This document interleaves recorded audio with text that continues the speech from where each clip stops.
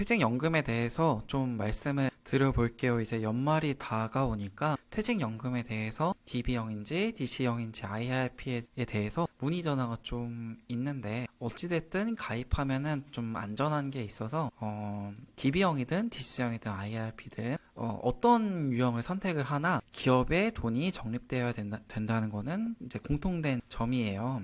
다만 DC형이나 IRP로 가입하시는 분들은 이 퇴직금을 챙겨주려고 한 번에 목돈이 나가게 되면 이게 기업의 유동자금에 영향이 미칠 수 있으니까, 그래서 가입하시는 분들이 꽤 있습니다. 다만 이제 신규로 설립한 법인 대표님들한테는 추천을 드리지 않는 게, 아직 장기 근속자가 없으니까 벌써부터 퇴직연금에 가입할 필요는 없다고 생각합니다. 최소한 2년 정도 장기 근속할 사람을 찜해 두고 또 그 사람을 회사에 잘 오래 다니게 해야겠죠. 그러면 그때 퇴직연금 DC형이나 IRP에 가입하시면 됩니다. 그동안은 DB형으로 기업 내부에서 퇴직금을 쌓아두시면 되겠죠. 이 가입하면은 은행원 분들이 이제 매우 적극적으로 도와주시기 때문에 그냥 문의 전화하시거나 하면은 가입하는데 그렇게 어렵지 않습니다. DB형은 뭐냐면 쉽게 말해서 옛날 퇴직금 같은 거예요. 이 퇴직금을 기업에 쌓아두고, 예를 들면 하나은행, 기업은행에 새롭게 계좌를 파서 거기에 근로자의 퇴직금을 적립해두는 제도입니다.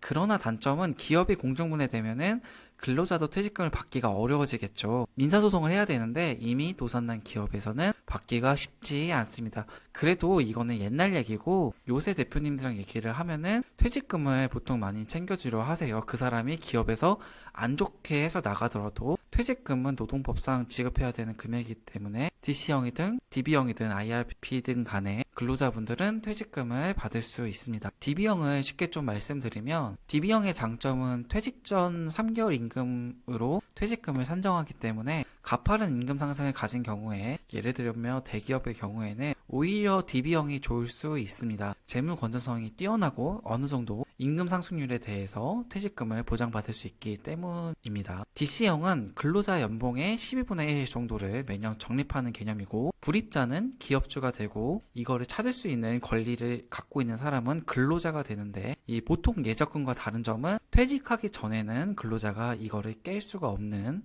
그런 계좌입니다.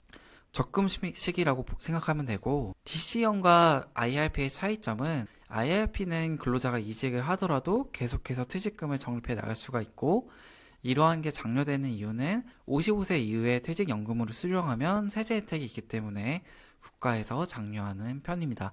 거의 3에서 5% 수준으로 퇴직연금으로 받아갔을 경우에는 혜택을 띄고, 만약 연금 형태가 아닌 일시불로 받아가게 되면 대략적으로 20%에서 30%의 퇴직소득세를 부담하게 됩니다. 이 퇴직연금 계좌는 그렇게 법인 입장에서 절세되거나 하는 게 아니고 근로자에 대한 선택사항이라서 대표님들 입장에서는 그렇게 중요한 실무는 아닙니다. 오늘은 이 정도로 영상을 좀 요약을 하고, 영상 보느라 수고하셨습니다.